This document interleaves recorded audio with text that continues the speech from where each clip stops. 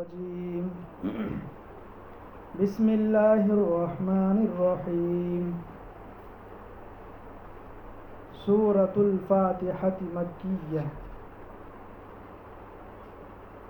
الحمد لله رب العالمين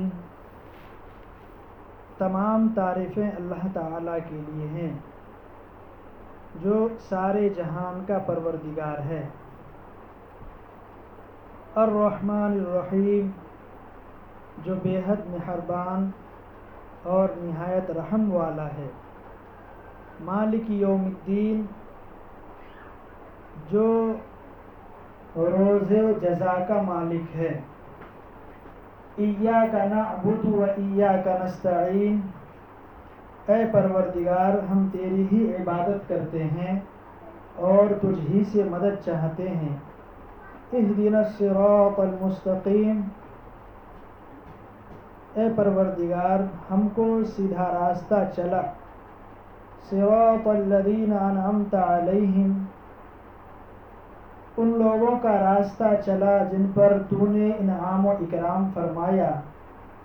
غیر المغضوب علیہم ولا الضالین، ان لوگوں کے راستے پر نہ چلا جن پر آپ کا غضب نازل ہوا، اور ان لوگوں کے راستے پر نہ چلا جو لوگ گمراہ ہوئے۔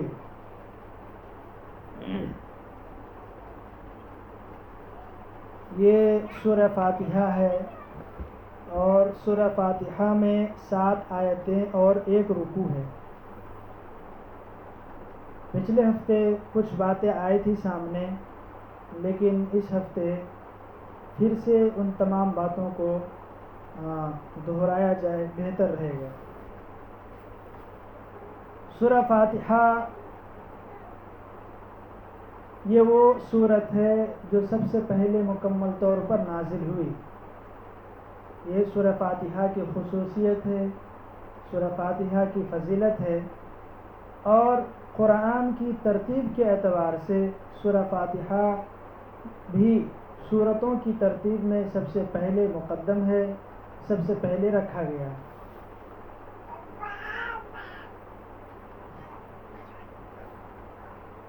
سورہ فاتحہ کی فضیلت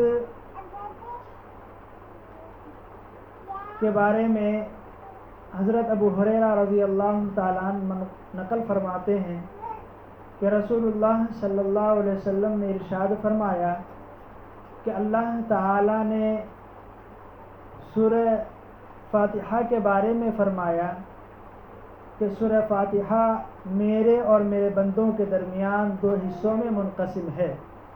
سورہ فاتحہ میرے اور میرے بندوں کے درمیان منقسم ہے، 2 حصوں میں تقسیم کر دیا گیا ہے۔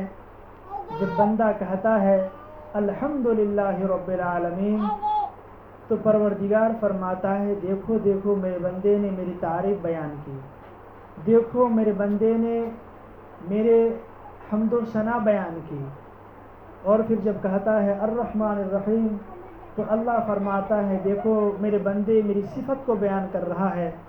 اور جب بندہ کہتا ہے مالک یوم الدین تو پروردگار فرماتا ہے دیکھو میرے بندے نے میری بڑائی، میری بزرگی بیان کی۔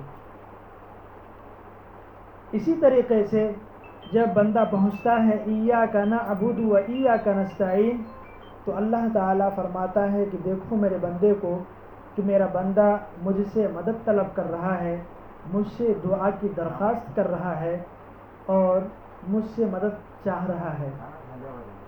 تو خلاصہ یہ ہے کہ سورہ فاتحہ ایسی صورت ہے کہ جس کے ذریعے سے انسان اپنے پروردگار سے دعا بھی کر سکتا ہے، اس صورت کے ذریعے سے اپنے پروردگار کی تعریف بھی کر سکتا ہے اور اپنے لیے دعا بھی کر سکتا ہے۔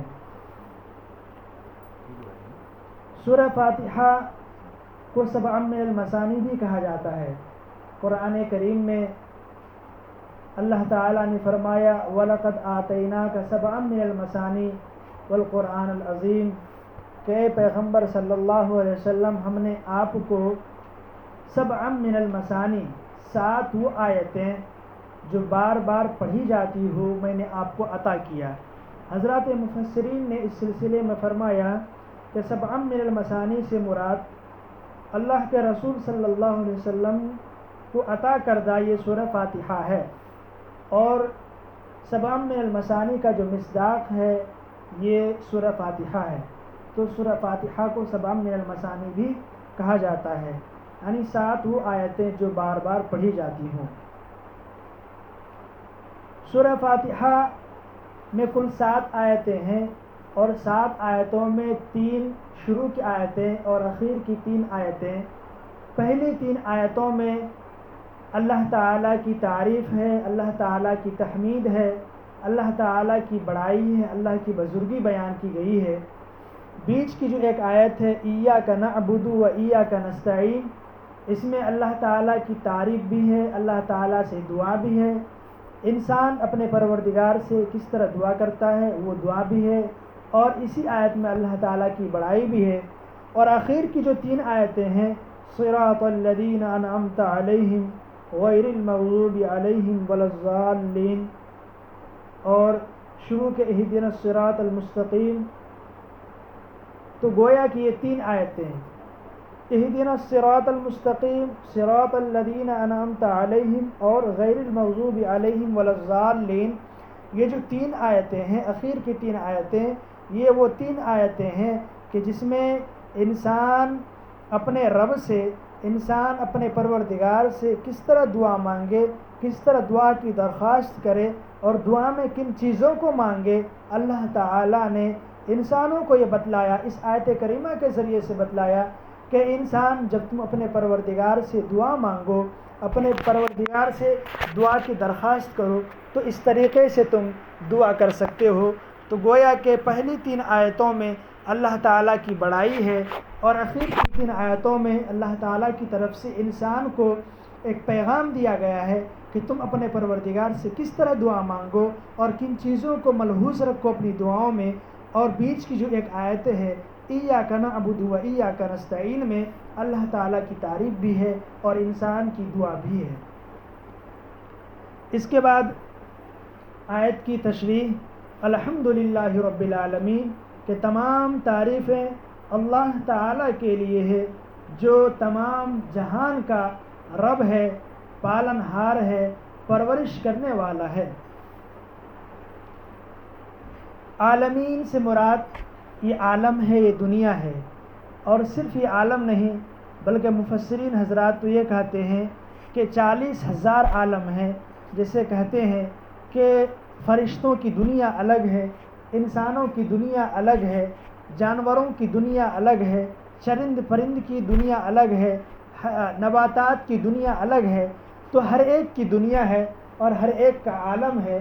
تو اللہ تعالیٰ نے فرمایا کہ تمام تعریفیں کس کے لیے ہے؟ اس رب کے لیے ہے جو تمام عالم کا رب ہے، تمام عالم کا پروردگار ہے۔ اب ظاہر سی بات ہے کہ دعا اور تعریف ایسی ہی ذات کے لیے ہونی چاہیے جو تمام عالم کا پالن ہار ہے۔ اس آیت میں اگر کوئی غور کرے، کوئی فکر کرے اور تدبر کرے تو اسے خدا تعالیٰ کے ایک ہونے میں، خدا کی وحدانیت پہ پورا یقین ہو جائے گا، اور اس سے ذرہ برابر بھی شک و شبہ نہیں ہوگا۔ اگر کوئی شخص یہ غور کرے کہ الحمدللہ رب العالمین، تمام تعریفیں اللہ تعالیٰ کے لیے ہے، سوال یہ ہوتا ہے کہ تمام تعریفیں اللہ تعالیٰ کے لیے کیوں ہے؟ تو اس کا جواب اسی آیت میں مضمر ہے، اسی آیت میں پوشیدہ ہے۔ آگے اللہ تعالیٰ نے فرمایا تمام تعریفیں اللہ تعالیٰ کے لیے اس وجہ سے ہے کہ رب العالمین، اللہ تعالیٰ کیا ہے؟ پورے جہان کا رب ہے، پرورش کرنے والا ہے، اس کی کفالت کرنے والا ہے۔ اور ظاہر سی بات ہے جو رب، جو ذات پوری دنیا کو کھلاتا ہو، پوری دنیا کو پلاتا ہو، پوری دنیا والوں کی پرورش کرتا ہو، اس کی نگہبانی کرتا ہو، تو تعریف کے لائق بھی وہی ذات ہونی چاہیے۔ اسی لیے اللہ تعالیٰ نے سب سے پہلے اس آیت کے ذریعے سے، الحمدللہ رب العالمین کے ذریعے سے، انسانوں کو، پوری دنیا کے لوگوں کو اور پوری دنیا میں بسنے والے حیوان کو یہ پیغام دیا کہ اگر کسی کی تعریف کی جائے اور اگر کوئی تعریف کے مستحق ہے، حقدار ہے سچے طور پر، تو اللہ رب العزت ہے، اللہ رب العزت کی ذات اقدس ہے۔ اللہ تعالیٰ نے الرحمن اور رحیم کی صفت کے ذریعے سے یہ بیان فرمایا کہ اللہ تعالیٰ کی وہ ذات ہے جو رحمان ہے اور رحیم ہے۔ اللہ میں دونوں صفت ہے، صفت رحمان بھی ہے اور صفت رحیم بھی ہے۔ اللہ تعالیٰ جب کسی پر مہربان ہوتا تو خوب مہربان ہوتا، اللہ تعالیٰ جب کسی پر مہربان ہوتا تو خوب مہربان ہوتا۔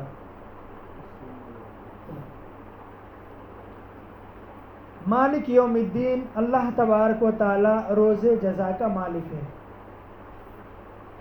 روز جزا سے کیا مراد ہے؟ روز جزا سے مراد قیامت کا دن ہے کہ جب قیامت قائم ہوگی، حشر کا میدان ہوگا، نفسی نفسی کا عالم ہوگا، تو اس دن کا جو مالک ہے وہ اللہ تعالیٰ ہے۔ سوال یہاں پر یہ ہوتا ہے کہ اللہ تعالیٰ نے فرمایا مالک یوم الدین، اللہ تعالیٰ روز جزا کا مالک ہے، تو کیا اب مالک نہیں ہے؟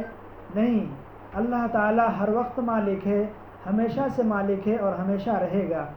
یہاں پر ہم اور آپ دنیا میں کسی چیز کے مالک ہیں، اپنے گھر کا مالک ہیں، اپنے موبائل کا مالک ہیں، اپنے ضروریات سامان کا مالک ہیں، اپنی گاڑیوں کا مالک ہیں، لیکن یہ عارضی طور پر ہیں، عارضی طور پر ہیں۔ یہ ملکیت، یہ مالک پنا، یہ ختم ہو جائے گا ہمارے مرنے کے بعد، لیکن اللہ تعالیٰ ہمیشہ سے ان تمام چیزوں کا مالک ہے اور ہمیشہ رہے گا۔ اب کسی کو ڈاؤٹ ہو سکتا تھا کہ قیامت کے دن کس کی ملکیت ہوگی، اللہ تعالیٰ نے یہ کہہ دیا کہ یہاں جو تمہاری ملکیت ہے، تم جو مالک ہو اس دنیا میں اپنے سامانوں کا، عارضی طور پر مالک ہو۔ اگر کوئی لیڈر ہے، بادشاہ ہے، تو عارضی طور پر ہے، مرنے کے بعد تمام چیزوں کا حقیقی مالک اللہ تعالیٰ تھا، اللہ تعالیٰ ہے اور ہمیشہ رہے گا۔ قیامت میں بھی جب قیامت قائم ہوگی، حشر کا میدان ہوگا، روز جزا اور سزا ہوگا، اس دن بھی اللہ تعالیٰ ہی تمام چیزوں کے مالک ہوں گے۔ ایاک نعبد و ایاک نستعین، ہم آپ ہی کی عبادت کرتے ہیں اور آپ ہی سے مدد چاہتے ہیں۔ انسان اپنے رب سے کس طرح دعا کرے اور دعا میں کن چیزوں کو ملحوظ رکھے، اس آیت میں انسان کی دعا بھی ہے اور اللہ تعالیٰ کی تعریف بھی ہے کہ انسان یہ کہتا ہے ایاک نعبد، اے پروردگار عالم ہم آپ ہی کی عبادت کرتے ہیں۔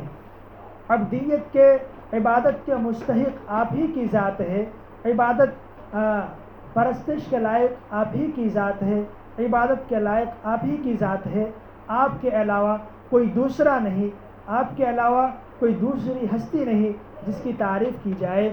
وَإِيَّاكَ نَسْتَعِينُ، اور ہم آپ ہی سے مدد چاہتے ہیں۔ دنیا میں جو بھی چیز ہیں، دنیا میں جو بھی کام ہے، ان کاموں میں ہم آپ ہی سے مدد چاہتے ہیں۔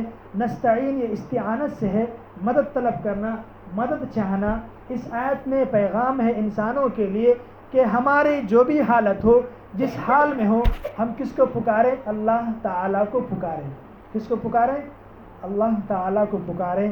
انسان پر مصائب و آلام آتے ہیں، دنیا کے حالات آتے ہیں، حالات سے گھبرا کر ہم ادھر ادھر کی ٹھوکریں کھاتے ہیں، در بدر پھرتے ہیں، کبھی اس آستانے میں، کبھی اس آستانے میں جاتے ہیں، کبھی فلاں صاحب کے پاس جاتے ہیں، کبھی فلاں درگاہ کے پاس جاتے ہیں، لیکن اللہ تعالیٰ نے فرمایا اے میرے بندے ایاک نعبد و ایاک نستعین، اے میرے بندے، بندے کی یہ دعا ہے کہ ہم آپ ہی کی عبادت کرتے ہیں اور ہم آپ ہی سے مدد چاہتے ہیں۔ جب تم اس بات کا اقرار کر رہے ہو کہ مدد ہم سے چاہیے، تو تم پھر اس برے حالات میں، ناگہانی صورتحال میں در بدر کی ٹھوکریں کھانا پھر کیا بات ہے؟ تو انسانوں کو چاہیے کہ جو بھی مصائب و آلام آئے، جو بھی پریشانیاں آئیں، چاہے جس حالت میں انسان ہو، کس کا رخ کرنا چاہیے؟ اللہ تعالیٰ کا رخ کرنا چاہیے اور اللہ تعالیٰ سے مدد چاہیے۔ اہدنا الصراط المستقیم، پہلی دعا انسان کس طرح دعا کرے؟ انسان جب دعا کرے تو ان تمام چیزوں کا ملحوظ رکھے۔ پہلے تو اللہ تعالیٰ کی تعریف کرے، اللہ تعالیٰ کی تحمید کرے، اللہ تعالیٰ کی حمد و ثنا کے بعد انسان اس طرح کی دعا مانگے، اے پروردگار ہمیں سیدھے راستے پر لا، اہدنا الصراط المستقیم، اے اللہ ہمیں سیدھے راستے پر چلا، اور صراط الذین انعمت علیہم، وہ راستہ جس پر آپ نے انعام و اکرام فرمایا، من الصدیقین والشہداء والصالحین، اور اس سے پہلے انبیاء بھی ہیں، یعنی جو انبیاؤں کا راستہ ہے، جو صدیقین کا راستہ ہے، جو شہداء اور صالحین کا راستہ ہے، ان راستے پر چلا، نہ کہ غیر المغضوب علیہم ولا الضالین، مغضوب کہتے ہیں جس پر غضب نازل ہوا، وہ راستہ ان لوگوں کا راستہ جن لوگوں پر آپ کا غضب نازل ہوا، یعنی ایسا راستہ،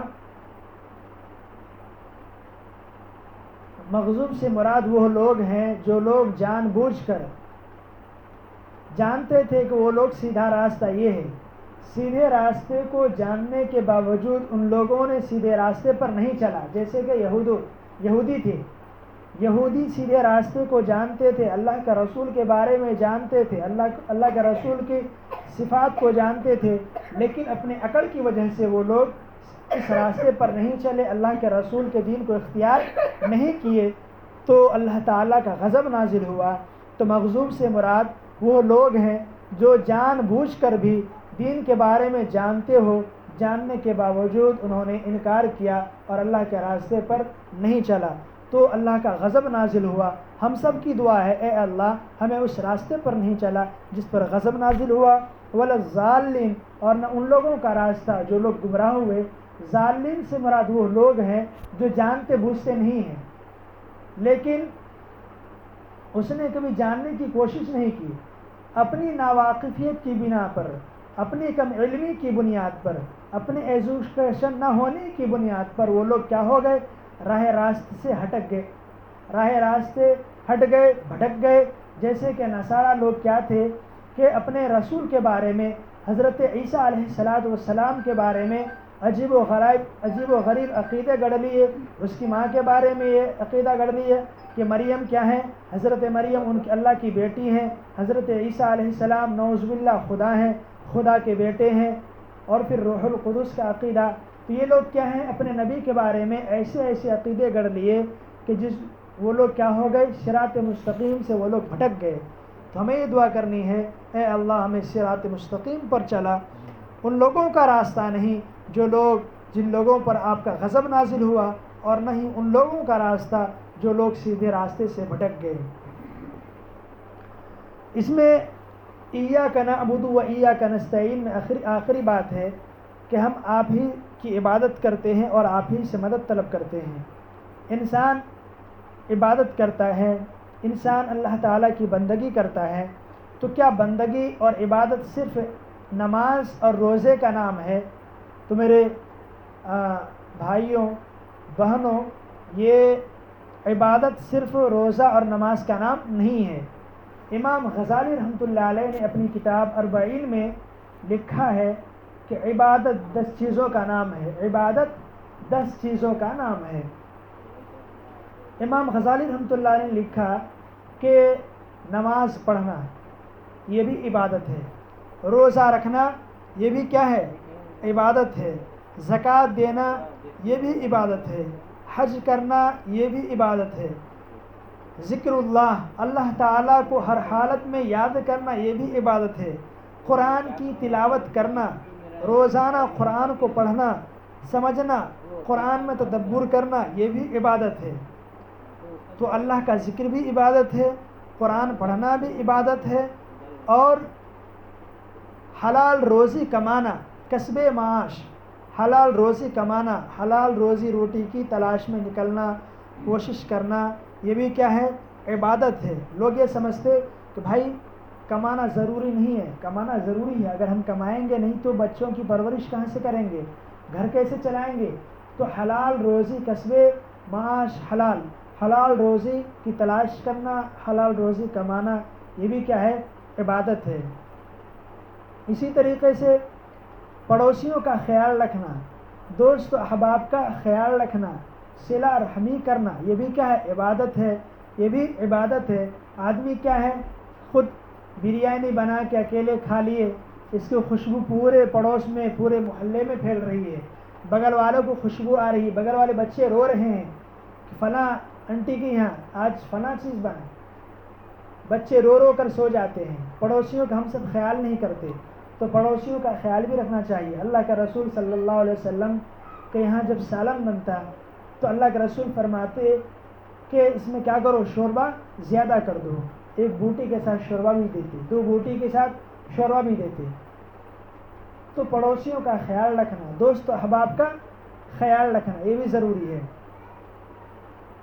امر بالمعروف اور نہیں عن المنکر، لوگوں کو اچھائی کا حکم دینا یہ بھی عبادت ہے، لوگوں کو بھلائی کا حکم دینا یہ بھی عبادت ہے، لوگوں کو برائی سے روکنا یہ بھی عبادت ہے۔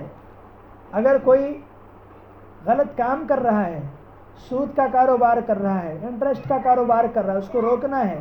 کوئی غلط کھا پی رہا ہے، شراب پی رہا ہے، اس سے روکنا ہے۔ کوئی غلط کام کر رہا ہے، اس سے روکنا ہے، تو یہ روکنا بھی کیا ہے؟ عبادت ہے۔ اور آخر میں امام غزالی نے فرمایا کہ اتباع سنت رسول صلی اللہ علیہ وسلم، رسول اللہ صلی اللہ علیہ وسلم کی سنت کی اتباع کرنا، پیروی کرنا، یہ بھی کیا ہے؟ یہ بھی عبادت ہے۔